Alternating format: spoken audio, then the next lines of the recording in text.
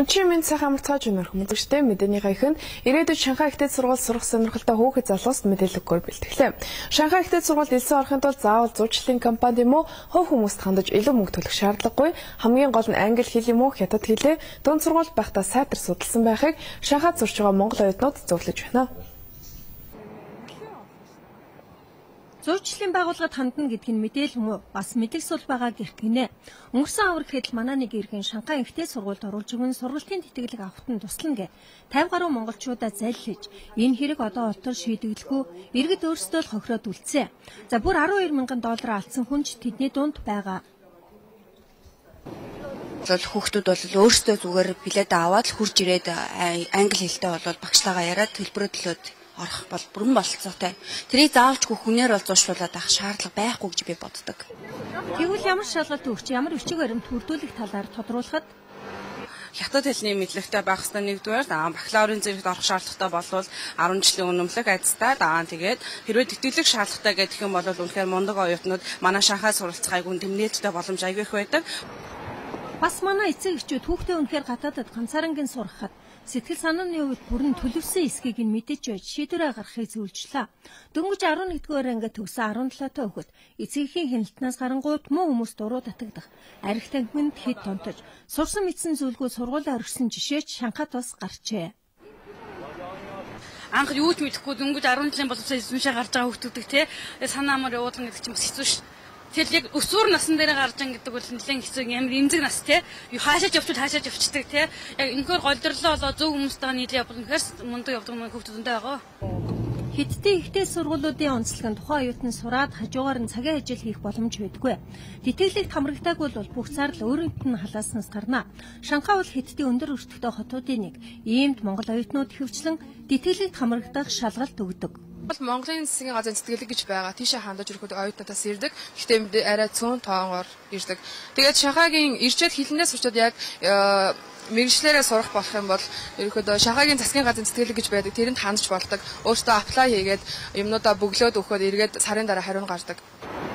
Шалгалтаа өгсөн дүнгээс нь хамаарч ээлж зэрэглэлийн тэтгэлгийн сургалтын төлбөр мөн дотор байрны мөнгийг улс хариуцж, дээр нь сар бүр тухайн суралцагч 9-ийн тавтга. Харин V тэтгэлгийн зардлуудын 50%, C тэтгэлгийн сурсныхаа дараа нэг семестрийн төлбөрөөс чөлөөлдөг гэд дотроо 3 янз байдаг. Хичээлийн ачаал ерөнхийдөө ялангуяа магистрийн сургалт үзэг харах судлах зүйл ихтэй тул ихэвчлэн ганцаарангийн дотор байранд нэг өрөөнд амьдруулдаг. Хичээлдээ сайн байхаас гадна ачаал даах чадвар сэтгэлийн тэнхээтэй байхгүй бол ялангуяа эмэгтэй оюутнууд сэтгцийн өөрчлөлтөө олж за хүмүүсийн ярьдгаар номын цаан солиод тусаа бутсан харамсалтай тохиолдолд хэд хэдэн удаа гарч байж. Одоо өнөөдөр эх орнд өрнөсөн анхаарал татсан зарим үйл явдлыг томилон өргөе. Цэргийн өргөтөн болон бэлтгэл офицеруудын бүртгэл энэ сарын 4-нд эхэлсэн. 1-р сарын 23-нд хүртэл үргэлжлэх цэргийн бүртгэлд 18-наас хүрсэн эрчүүд хамрагдана. Шинжилсэн бүртгэл хамрагдахын тулд иргэний үнэмлэх, зойж зураг, цэргийн өргөтний үнэмлэхтэйгээ хороонд очих ёстой юм байна. Цэргийн өргөтний үнэмлэхээ өргөдүүлсэн шинээр авах хүмүүсийн хувьд 1000 төгрөг төлөх юм байна. Үндэсний бахархал шувуу болон шонхор шувууг Монгол улс энэ жилээс эхлэн ашиг олохын тулд экспортлохыг 5 жилийн хугацаанд хориглох шийдвэрийг засгийн газар гаргалаа.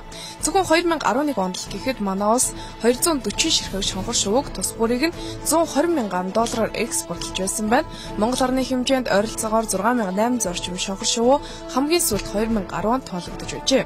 Идэлэг шонхор шувуу тал хээрийн үлийн цагаан огтон зэрэг мэрэгч амьтдаар хооллож бэлчээрийн экосистемд өндөр ач холбогдолтой шувуу юм а. Монгол улс үлэг гөрүүлийн төв музейтэй болох шийдвэрийг өнөөдөр засгийн газар гаргалаа. Манай улсын нэр дээр 500 орчим үлэг гөрүүлийн хэсэгчилсэн болон бүтэн биеийн арга яс байдаг юм байна. Эдгээр үзмрүүдийг нэгтгэн үлэг гөрүүлийн төв музейг Ленин музейд байгуулахаар боллоо. Ленин музейн барилгыг 1974-аас 1980 онд тухайн үеийн соёлын яамны захиалгаар төсвийн хөрөнгөөр барьж байсан учраас улс энэхүү барилгыг өмчөө гэж үзэн тус музейг байгуулахаар болжээ.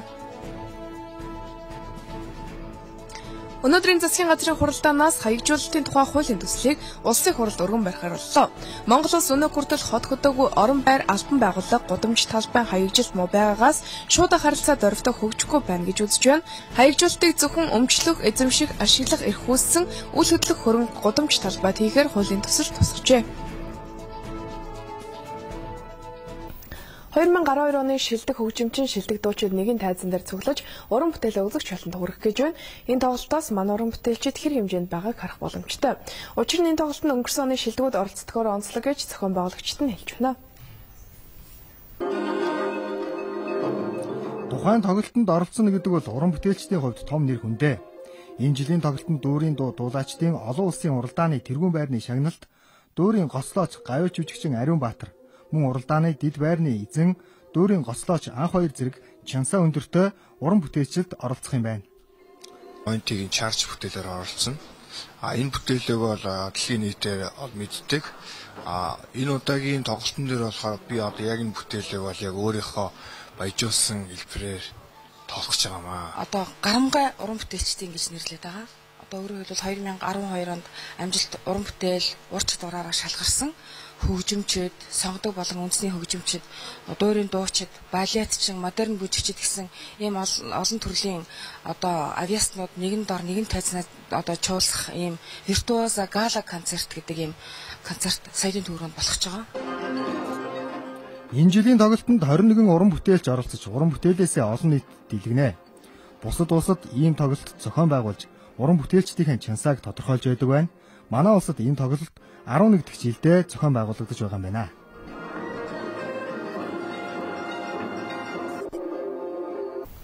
Одоо улс цагуур орчны хүрээлэнгээс ирүүлсэн цагаарын мэдээг хүлээн авах нь.